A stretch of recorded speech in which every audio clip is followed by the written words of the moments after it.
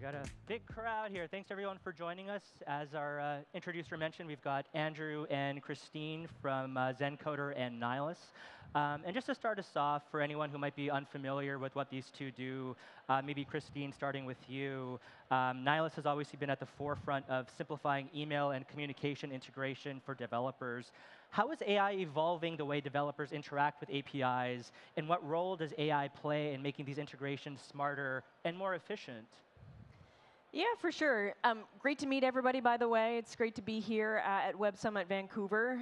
I'm the founder and CEO at Nylas, and like Amir says, we are the one unified API for making it super easy to connect to any inbox, calendar, or virtual meeting in the world in 5 minutes.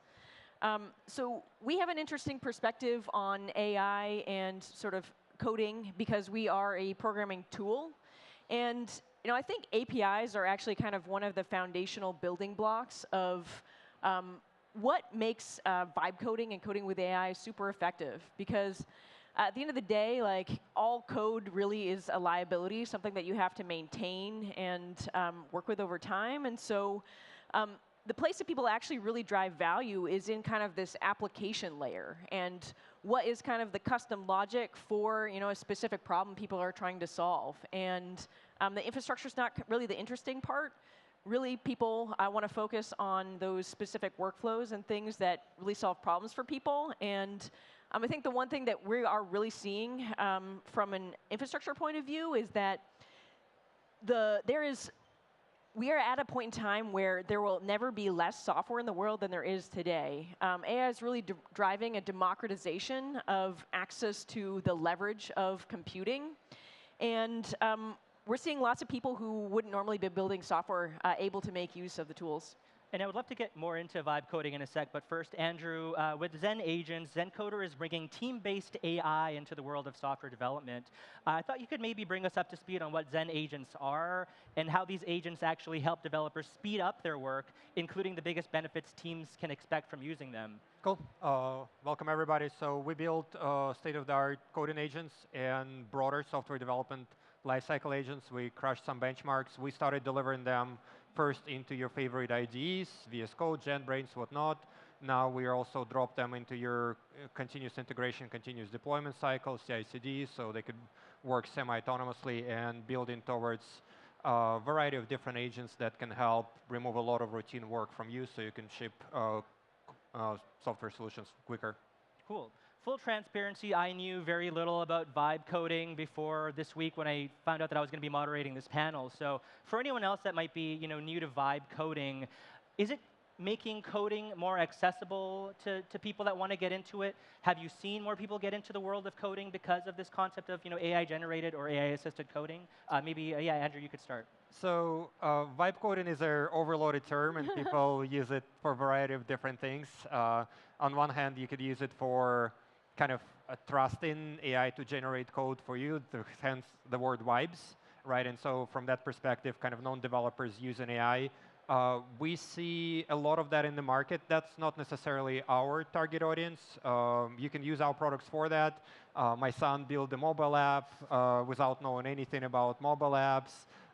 My chief operating officer built a commerce app for his friend without knowing anything about e-commerce apps and whatnot. But that's not our target audience. But yes, indeed, there are a lot of people who create simple prototypes. I would not recommend anybody to, at this point in time, right? I'm not saying 2 years from now. I'm saying as of today, I wouldn't recommend using vibe coding for something that should not be hacked, first of all, right? And then for something that holds PII or any legal liability, basically something that can get you or your customers or users in trouble, I wouldn't vibe code it. But then quick prototypes, fun projects for yourself, for your kids, data analysis, because a lot of data analysis is throwaway stuff.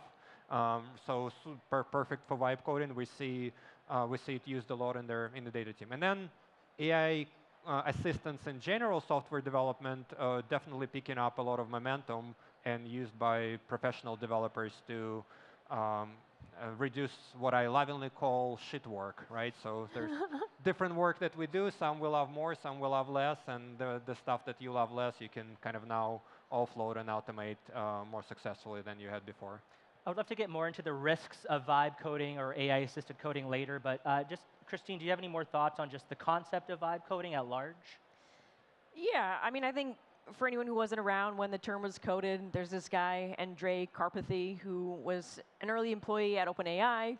He has a prolific Twitter, and when he invented the term vibe coding, he was just referring to basically trusting AI to write the code for you and kind of focusing on the product outcome that you're trying to accomplish.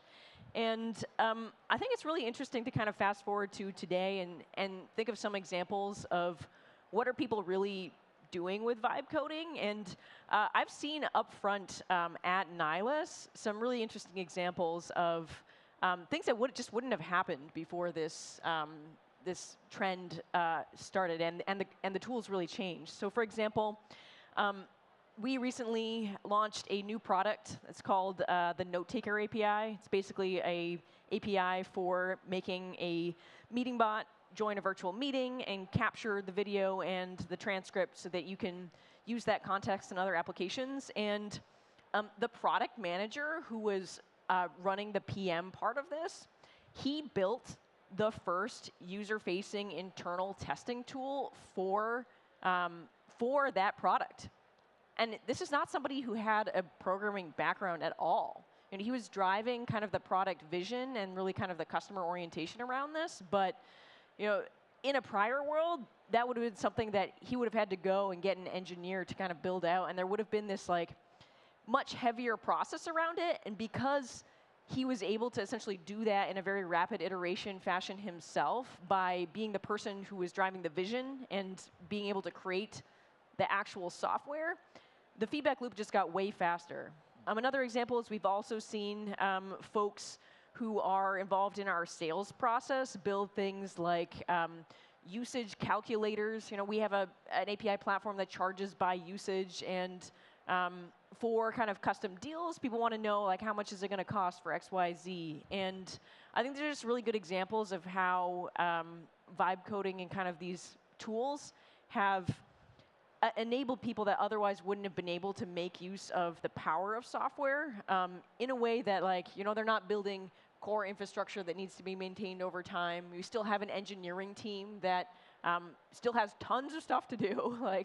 There's no shortage of work for engineers, but it's really opening up new use cases for people that accelerate the business. I actually got to experience Christine's Note Taker app during a Google Meet just to prepare for this panel, and it was really cool. And it kind of shows more practical everyday uses for tools like that. As I was alluding to earlier, I wanted to talk maybe a little bit about the risks of AI-generated or AI-assisted coding, and maybe Andrew, you could kick off this conversation. Can it make code unwieldy? What are the risks of depending maybe on AI-generated or AI-assisted coding?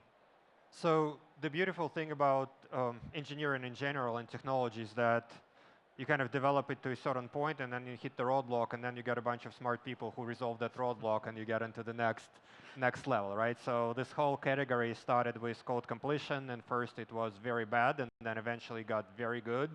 And then in the second generation, you got coding agents that help you in your development environment.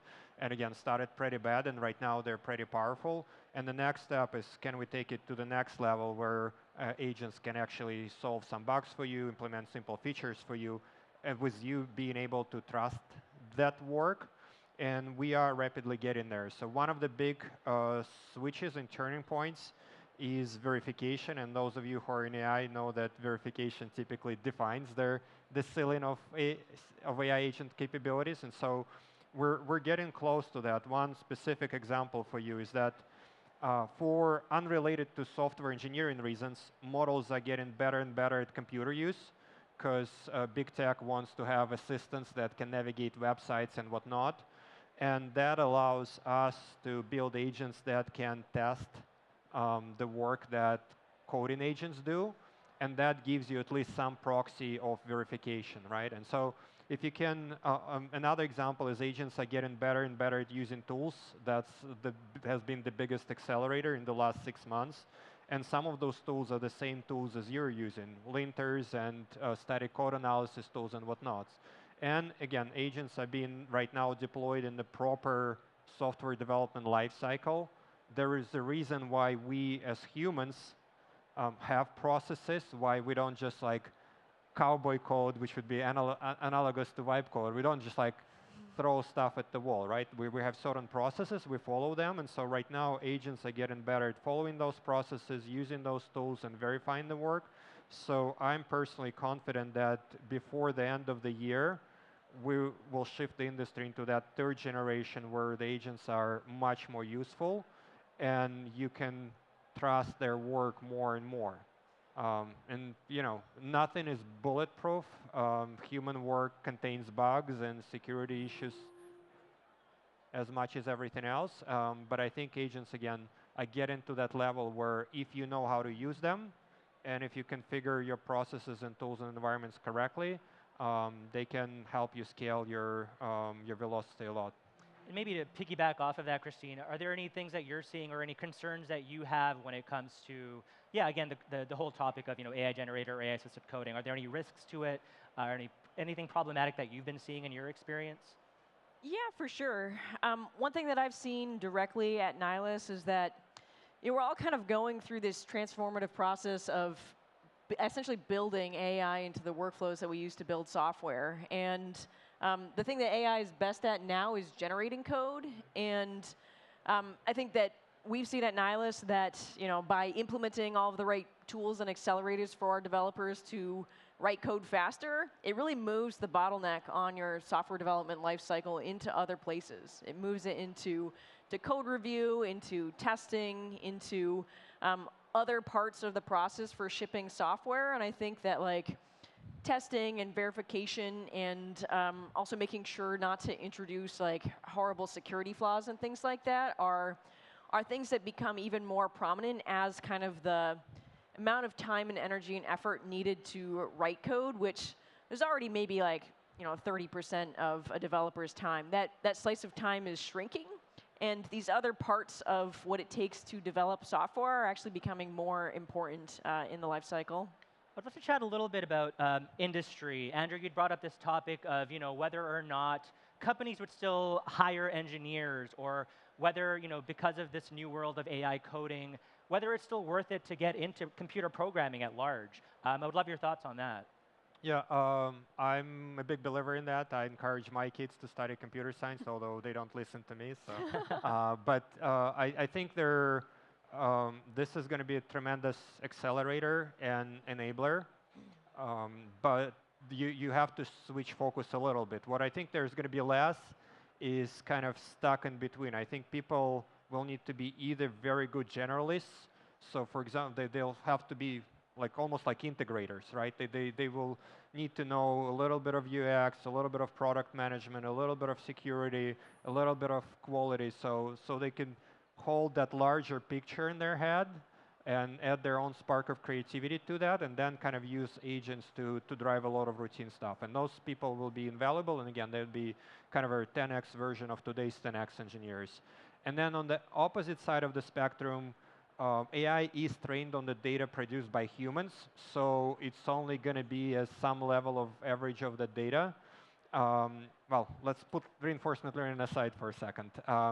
But that still leaves a lot of opportunity for very deep expertise, right? Like I assume that for a while, if you're kind of world-class experts in a certain area, then the agent's still not going to be able to do that work as good as you do. So versus something in between where you're kind of like man and in a couple of technologies, but not really kind of a big picture, that unfortunately there's going to be less and less opportunity there. But again, there's still time. It's not happening overnight. So those who pay attention, they can actually become much more valuable on the job market and much more productive and build more. Like I came to software and technology because I love building stuff.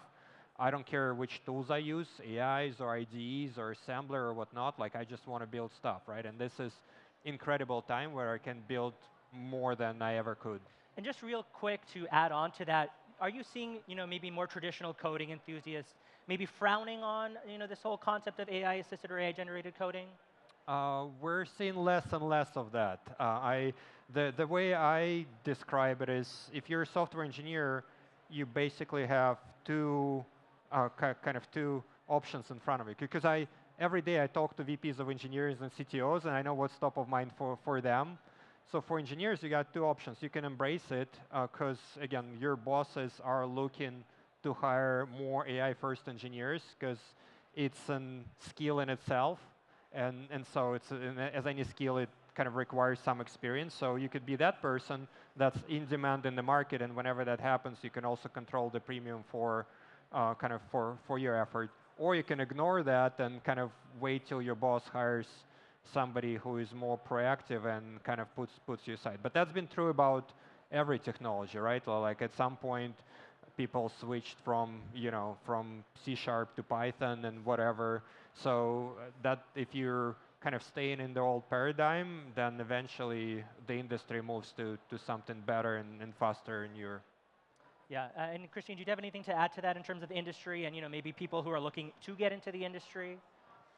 Yeah, I mean, I think foundational skills will really never go out of style. You don't hear anybody going around saying like, oh, we should stop teaching grade school students math. Like, most people aren't using hard math every day in their jobs, but like, it's still an important part of growing and stretching your problem-solving skills. And I think computer science is really kind of like a fundamental problem-solving skill. And the way of thinking is really useful. And also, if you go into building software, kind of understanding what's going on underneath the hood gives you a way of being able to solve problems that if you don't have that foundational understanding, it just makes your life harder. So I definitely don't think that this knowledge is becoming something that's obsolete.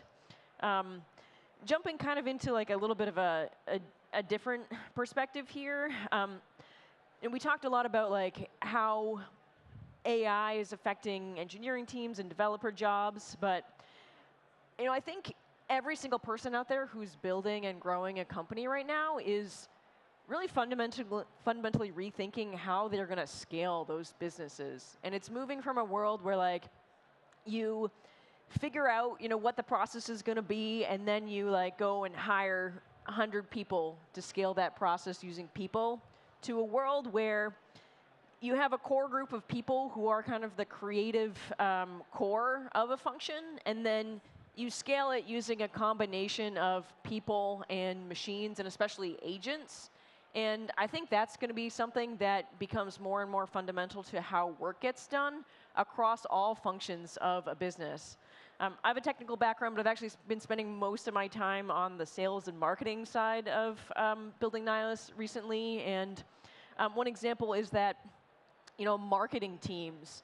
I think a marketing team at a standard business in the future is going to be small. You could have a marketing team of like 5 or 6 people that gets you very, very far by having those people become the orchestrators of agents, and essentially having the people do the problem solving of like what works to do this, and then harnessing AI to essentially leverage their work.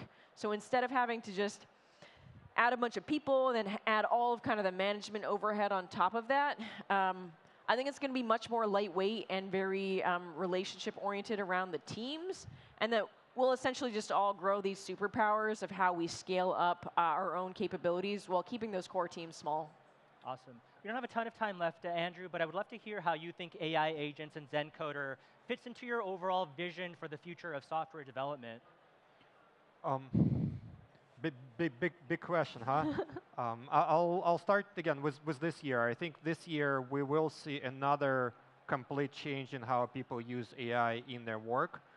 We will see agents not just in coding, but across the whole software development lifecycle. So from planning to coding to reviewing to testing to deploying. So across the whole spectrum, we'll see agents that you're able to use both with you in the driving seat and when you're asleep, and ideally with kind of a good bridge between the two. So say agent try to solve something for you while you were asleep, it failed, you pick it up, open your laptop, pick it up, and kind of continue that work and take it through the finish line. So I think a lot of this, we're going to see the early sprouts this year. It's not going to be perfect.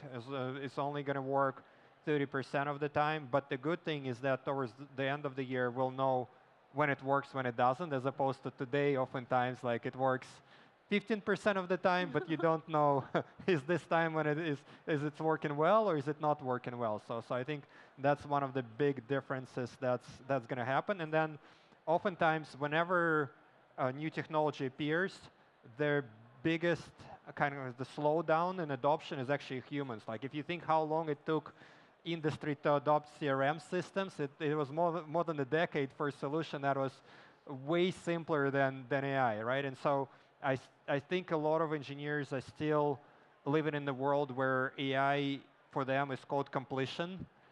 so they're not even kind of in the second generation. So I think it's going to take a while for the companies to truly understand what it means to be AI first software development cycle. And as usual, the biggest driving force for that is going to be free market and competition, right? The companies will get pressure from startups, and then the individuals will get pressure from their kind of competing individuals who embrace this early and kind of build their skill base earlier.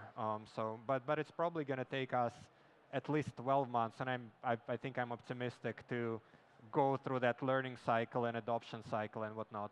Well, unfortunately, that's all the time we have left. I feel like we could have gone on for another 20 minutes, but if we could get a hand for Andrew and Christine.